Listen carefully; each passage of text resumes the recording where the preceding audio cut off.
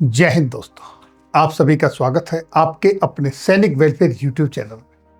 दोस्तों, आप ये जजमेंट की कॉपी देख रहे हैं, high court of Jammu and Kashmir and Ladakh, और ये ऑर्डर की कॉपी है 12 पेज की, जहां पर Hemant Kumar Raina versus union of India and others. ये कोर्ट केस, ये सिर्फ एक कोर्ट केस की कहानी नहीं है, ये कहानी है वायुसेना के एक जवान के जज्बे की, एक जवान की हिम्मत की, एक जवान की मेहनत की और एक जवान के सपनों की। एक जवान जो अपनी ड्यूटी करते हुए बिना किसी कोचिंग के Jammu and Kashmir public service commission को, उस कॉम्पिटिटिव एग्जाम को पास करता है और बन जाता है अधिकारी। लेकिन नियम, कायदे, कानून आड़े आ जाते हैं। भारतीय वायुसेना के नियमों का हवाला देते हुए भारतीय वायुसेना उसको एनओसी नहीं देती, उसको उसकी ड्यूटी से रिलीव नहीं करती। तब ये मसला पहुंचता है Jammu and Kashmir and Ladakh high court में, और हाई कोर्ट एक ऐसा फैसला देता है कि वो नियम भी बच जाते हैं भारतीय वायुसेना के, और एक प्रतिभावान, टैलेंटेड जवान का भविष्य भी बच जाता है। और इस पूरे कोर्ट केस में केंद्र है भारतीय वायुसेना का एयरमैन हिम्मत कुमार रैना। तो साथियों, अब हम थोड़ी सी इस पृष्ठभूमि पर चलते हैं और जानते हैं कि ये असली मसला है क्या। एक जवान, एक युवा हिम्मत कुमार रैना भारतीय वायुसेना के अंदर 2006 में भर्ती होता है एज ए मेडिकल असिस्टेंट, और अपनी मेहनत करते हुए, ड्यूटी सब करते हुए 2010 में वो ग्रेजुएशन की पढ़ाई पूरी करता है, और उसके बाद 2016 में JKPSC यानी Jammu and Kashmir public service commission का कॉम्पिटिटिव एग्जाम देता है। बिना किसी कोचिंग के मेहनत से अपने बलबूते पर वो पास कर लेता है, और अधिकारी के रूप में जम्मू एंड कश्मीर में वो अपनी ड्यूटी भी ज्वाइन कर लेता है। लेकिन जब वो डिस्चार्ज के लिए, एनओसी के लिए उसने अप्लाई किया, तो एयरफोर्स, भारतीय वायुसेना उसको उसकी ड्यूटी से रिलीव नहीं करती।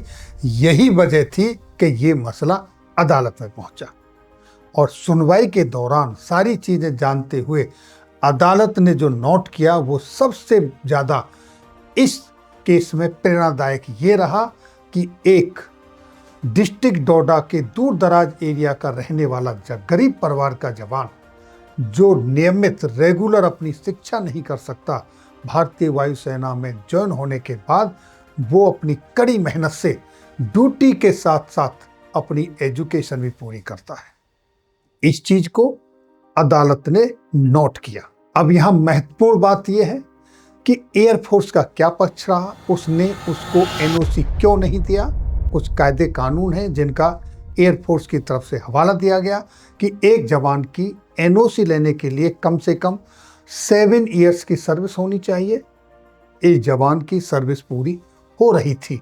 दूसरा एक कंडीशन ये भी है कि एनओसी लेने के लिए क्लास 1 कैडर में क्लास 1 का लेवल का एग्जाम होना चाहिए, तब उसको परमिशन मिलती है। लेकिन जवान ने जो एग्जाम पास किया वो क्लास B का था, इसलिए उनको वो परमिशन नहीं दे सकते। एयरफोर्स का तर्क था कि जवान के ऊपर ट्रेनिंग पर जो खर्चा किया है, ये सब मिलाने के बाद, इस सब को कंसीडर करने के बाद जो कायदे कानून है वो ये कहते हैं कि उसको एनओसी नहीं मिल सकती। इस पूरी सुनवाई के बाद कोर्ट ने ये माना, स्टडी के बाद ये देखा कि जवान के द्वारा तकनीकी रूप से नियमों का उल्लंघन हुआ है। यानी कि अदालत ने भारतीय वायुसेना के नियमों को नकारा नहीं, लेकिन इतने के बाद भी यहाँ पर कोर्ट रुका नहीं। यानी कि कोर्ट ने भारतीय वायुसेना के जवान का संघर्ष, मेहनत और उसके सर्विस रिकॉर्ड को देखा, उसको ऑब्जर्व किया और कहा क्या कहा वो जरा आप यहाँ ध्यान से पॉइंट बाय पॉइंट देखिए कि वायुसेना, यह व्यक्ति वायुसेना में ड्यूटी करते हुए भी पढ़ाई करता रहा। उसने अपनी क्षमता से प्रतियोगी परीक्षा पास की, बिना औपचारिक कोचिंग के चयन हासिल किया और सेवा के दौरान उसके खिलाफ अनुशासनहीनता का रिकॉर्ड नहीं था। यानी कि उसने अपनी ड्यूटी में कहीं लापरवाही नहीं बरती, उसका अपना कैरेक्टर एकदम एग्जेम्पलरी था, कोई भी इनडिसिप्लिन केस नहीं था। इस सब चीज को उसने नोट किया और कहा साफ शब्दों में कि ऐसे व्यक्ति को रोक देना बहुत कठोर होगा। यानी कि ऐसे एक प्रतिभावान टैलेंटेड जवान को रोकना ये बहुत कठोर होगा, उससे उसका मनोबल टूटेगा। यानी कि जवान का मनोबल टूटेगा अगर उसके साथ न्याय नहीं हुआ तो ऐसे प्रतिभा का, टैलेंट का नुकसान होगा। और उसने कहा, यानी अदालत ये संदेश दिया कि जहां नियम है वहां इंसाफ भी है। वायुसेना ने भी नियमों को हवाला दे के काम किया और जहां अनुशासन है वहां प्रतिभा का सम्मान भी होना चाहिए।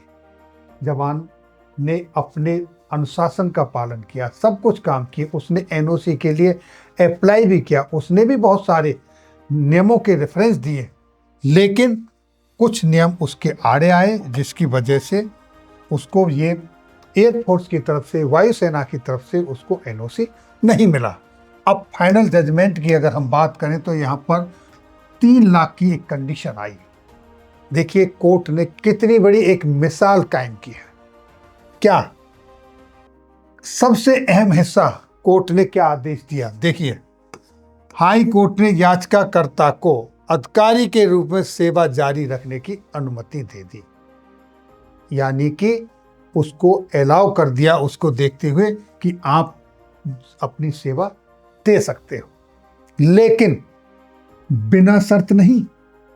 और वो शर्त क्या थी, कोर्ट ने क्या कहा, संबंधित प्राधिकरण यानी कि भारतीय वायुसेना उसको एनओसी दे और डिस्चार्ज सर्टिफिकेट जारी करे ताकि वो अपनी ड्यूटी वहां पर अच्छे से कर सके।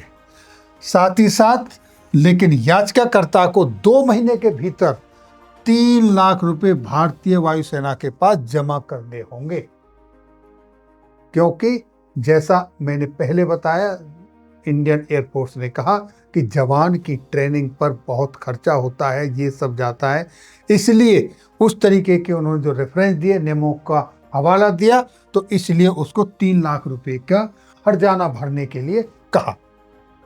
और यदि वायुसेना की तरफ से उनका यानी जवान का कोई बकाया बाकी है, चाहे वो ग्रेजुएटी का हो सकता है या उसके फंड का हो सकता है या उसके एडजस्टमेंट का हो सकता है सैलरी का, तो उस राशि से ये जो 3 लाख रुपए जमा करने की बात की है उससे एडजस्ट किए जा सकते हैं, ऐसा उन्होंने अपने आदेश में साफ कहा। इसका मतलब जवान को राहत मिली, लेकिन 3 लाख रुपए की पेनल्टी के साथ। तो दोस्तों ये फैसला इसलिए बहुत खास हो जाता है क्योंकि अदालत ने न तो नियमों को हल्का किया, न नियमों की अनदेखी की और न ही एक मेहनती जवान, एक टैलेंटेड जवान के भविष्य को अंधकार में छोड़ा। तो साथियों, इस फैसले में एक बहुत बड़ा संदेश छिपा है और वो संदेश क्या है, वर्दी पहनने वाला जवान सिर्फ आदेश मानने वाला सैनिक ही नहीं होता है, वो एक बेटा भी होता है, वो एक सपने देखने वाला युवा भी होता है, वो अपने परिवार की उम्मीद भी होता है। और हिम्मत कुमार रैना जैसे लोग हमें बताते हैं, हिम्मत कुमार रैना जैसे लोग समाज को बताते हैं, क्या बताते हैं, ड्यूटी और सपने एक साथ चल सकते हैं। यानी आप अपने कर्तव्य के साथ साथ आप अपने सपने भी देख सकते हैं और उन सपनों को सही राह पर चल के अपनी मेहनत से पूरे भी कर सकते हैं। तो ये थी जानकारी आज की इस वीडियो में। फिर मिलेंगे आपके वेलफेयर से जुड़ी किसी अन्य जानकारी के साथ। अगली वीडियो में। तब तक के लिए जय हिंद, जय भारत।